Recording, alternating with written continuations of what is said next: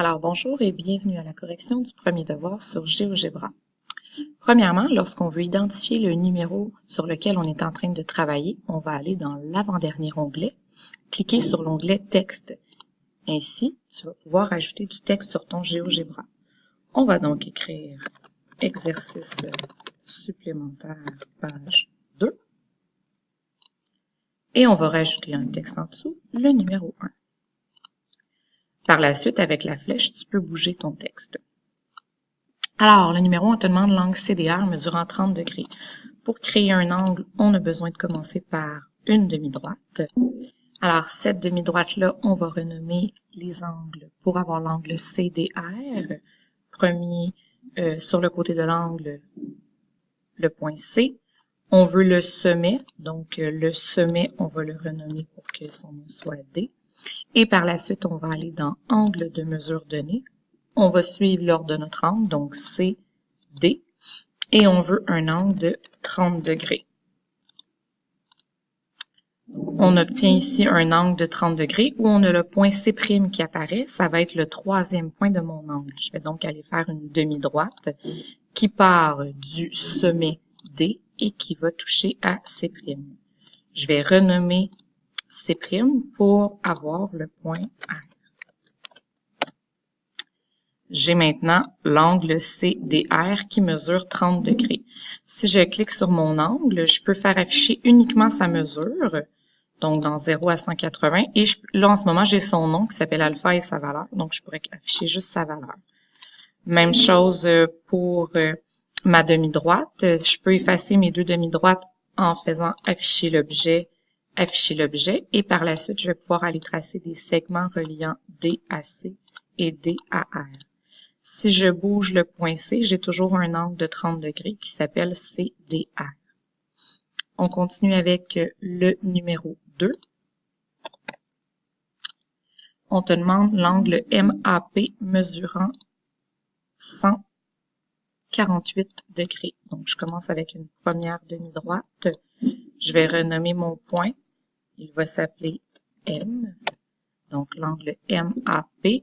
Angle de mesure donné, MA pour avoir P, on va faire 148. Cette fois-ci, je vais le faire dans le sens anti-horaire, c'est-à-dire qu'il va être vers la gauche. J'obtiens le point M' qui va être le deuxième point, qui va faire partie du deuxième côté de mon angle. Je peux faire une demi-droite qui part du sommet A et qui va relier à M'.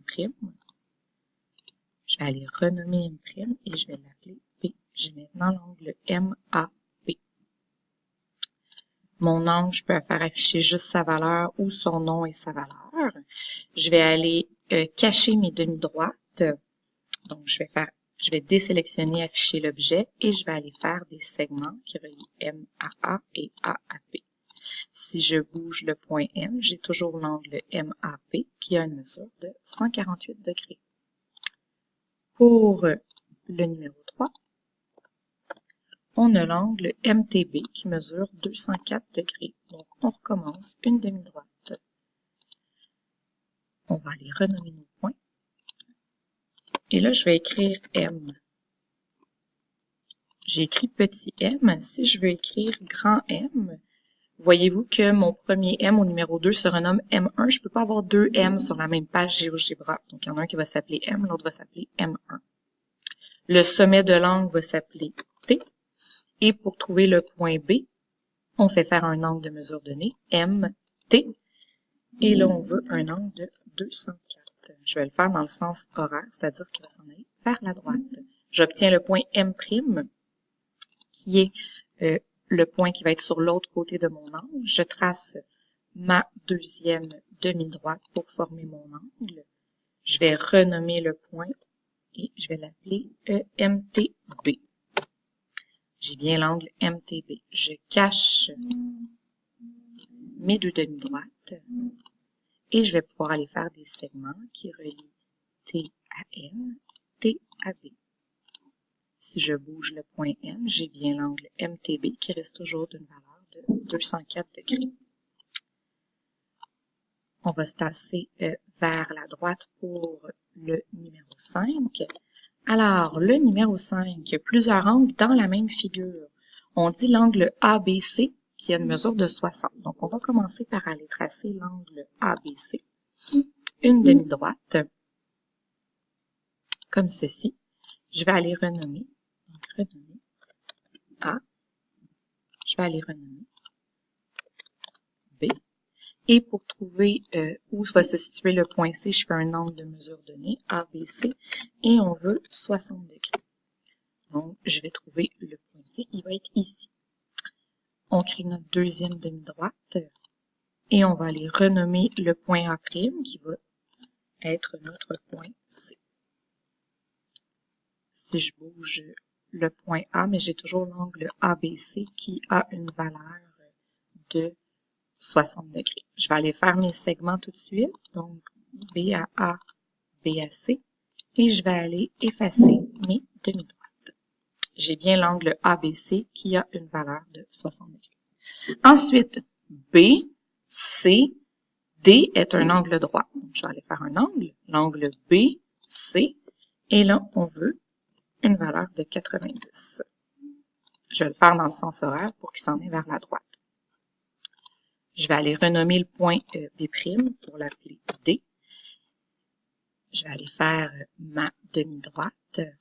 Et j'ai bien l'angle BCD qui a une valeur de 90 degrés, une mesure, pardon, de 90 degrés. Je vais effacer ma demi-droite et j'ai mon segment. Donc, si je bouge le sommet B, là, ça va faire bouger les deux angles.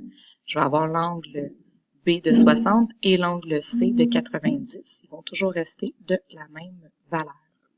Ensuite, on dit BCE est un angle plat. Donc, angle de mesure donné, BC, et là, on veut une valeur de 180. Donc, BCE, donc, renommé. Je vais faire ma demi-droite et mon segment par-dessus pour pouvoir par la suite cacher ma demi-droite.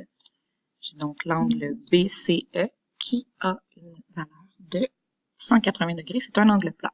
Et finalement, j'ai l'angle CBF qui a une valeur de 260 degrés. Donc, je fais le chemin de mon angle CB. 260 degrés.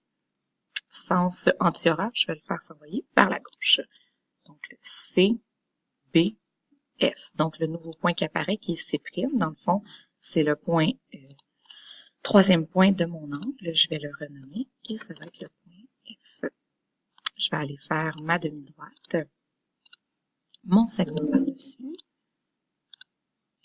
et je vais aller effacer, dans le fond, cacher ma demi-droite. J'ai maintenant l'angle ABC de 60, l'angle CBF de 260, l'angle BCD de 90 et l'angle BCE de 180. Et si je bouge n'importe quel point, donc soit le B, soit le A, je peux bouger mes deux premiers points de départ, ça va faire bouger tous mes angles et ils vont rester de la bonne valeur. Voilà!